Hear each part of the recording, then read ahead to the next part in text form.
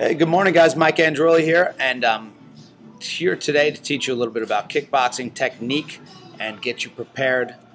Sorry, Iris is startled me. And get Jess from CKO Chatham prepared for classes, and if she wants to know some technique, I will make you a playlist, Jess. But right now, I'm going to focus in on just giving you some basic technical information about the strikes. The main thing is you must stay relaxed. You won't absorb information. It'll be very difficult for you to perform any of the movements if you're tense. And this is true for anybody. If you're tense in any area, you're under stress, you might be able to perform them, but you won't be able to perform correctly, or you won't be able to absorb it. So say you couldn't swim and I threw you off the boat, you might be able to learn how to swim enough to survive, to swim back to the boat, but that's not a real good way for me to teach you swim technique. So the same thing when you're striking, you want to be loose and relaxed, no tension at all. So keep the neck loose. We're going to stand nice and straight with the hands up, the elbows tucked in. If you're a righty, you're going to put your left foot forward and your right foot back. Keep your abs nice and tight. Keep the weight on the balls of your feet and keep your shoulders nice and loose. So there's a couple different stances. If you're boxing, you might stand a little bit tilted. And remember, stances depend on what game you're playing. If you're playing boxing, you're playing kickboxing, you're playing MMA, you want to stand differently. Also, if your strengths and weaknesses. So, of course, there's sideways stance. You can stand in a more boxing position. You can stand with your feet shoulder width apart, nice and loose. Absolutely fine with that. This is going to be the easiest stance for you to learn after 16 years of testing on hundreds of thousands of people. You can pick up this stance very easy because you stand like this pretty much all day. You stand forward. Anytime you tilt people to the side, they have a lot of trouble absorbing the technique. So left foot forward, right foot back, hands up, elbows tucked in, nice, loose, relaxed, no tension in the body.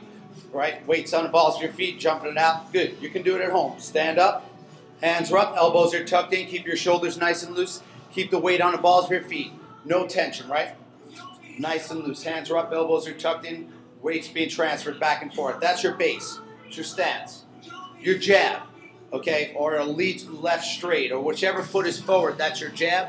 You're going to step forward, and it's best when you're striking a target to get a little bit to the side on it, right? You're going to get your head out of the way, your hand's going to go straight, and it's going to help you follow up. That's the problem. Sometimes you'll step straight on the jab, and then when it's time for the cross, you'll just overlap it. And that's because you can't turn your torso the way you need to. You want to snap the torso on the cross. Explode the torso. So the energy rolls up through the ball of your foot, into your calf, into your shin, into your quad. That energy is snapped into the hip. The hip is going to explode it further. Your abs or obliques come through your chest, and then your arm is going to release it. And using a step, like your jab step for your cross, gives you a lot more power, Jess. So hands are up, elbows are tucked in, jab. You're stepping in, nice and loose. Hands are up, elbows are tucked in. There's no tension. Cross, step in, twist, push off your back foot. Snap your hips and pull your hand right back to your chin. Jab from your chin, back to your chin, cross, step in, twist. Push off your back foot, sideways view. Jab, cross. Use the steps. Stay light on your feet. Weights on the balls of your feet. The more you use your steps, the better your striking is going to be. Also, it's going to allow you to move. The minute you lock up and you're standing just like this, you jab, cross. First off, you don't use any of your muscle. You use only your arms. But you're also not going to recover of many things. You need to flow with it. When you throw your jab, you got to explode forward. The energy needs to flow through your body, and then immediately you're relaxed. If you're tense the whole time, you're not going to be able to replenish the muscles the way you need to. You want to be loose and relaxed. You're tense for the strike, but then you're immediately loose again. Changing your levels. Also, all this movement, moving up and down, left and right, moving to the left, right, it helps put the burden on different muscle groups at different times so that you're able to recover and sustain your strikes. So your jab, cross, chest, if I had to prescribe a fix for this, you'll stand up. Everybody will stand up. Hands are up, elbows are tucked in, jab. You'll step forward, cross, step forward.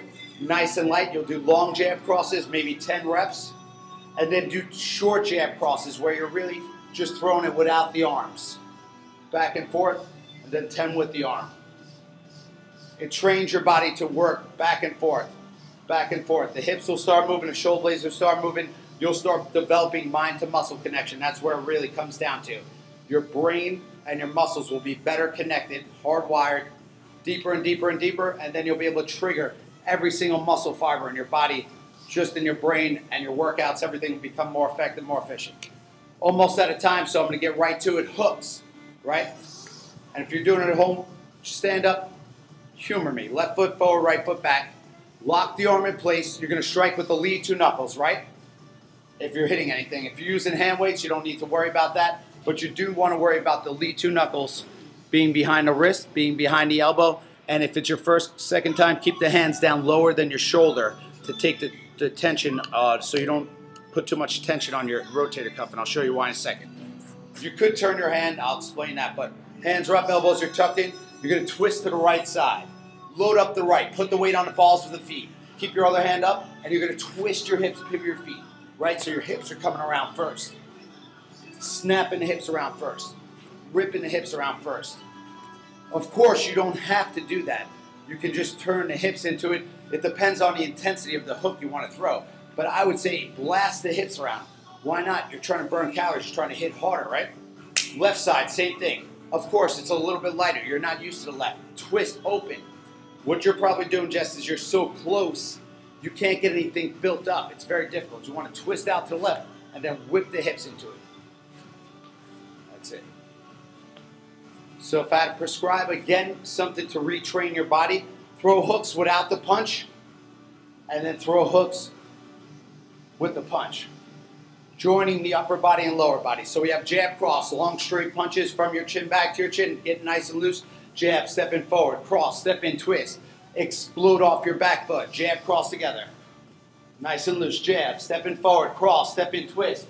Push off your back foot, hooks, get it nice and tight. Twist the hips, pivot the feet. Gonna do 10 short, 10 long. That's where you need to get my audio classes. So you know the technique, you jump right into it.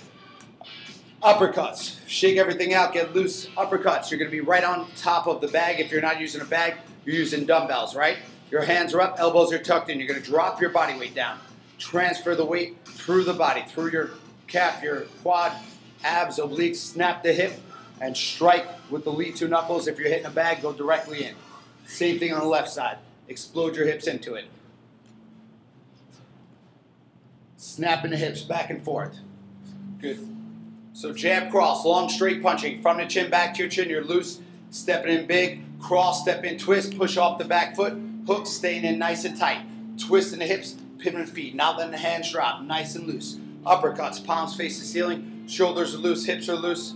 Bouncing a weight back and forth and exploding through. Striking with the lead two knuckles. If you're using dumbbells, if you're hitting the bag, bouncing a weight back and forth. So it's a full body move.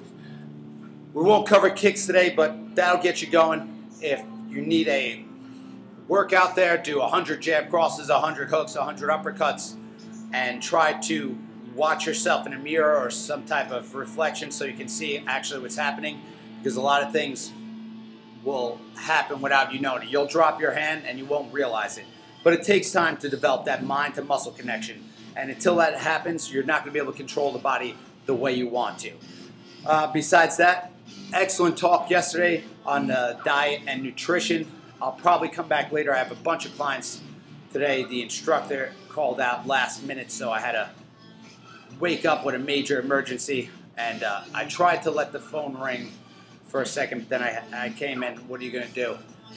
You're going to have emergencies every day. They're going to hit you. Whether you can handle it or not is really up to you.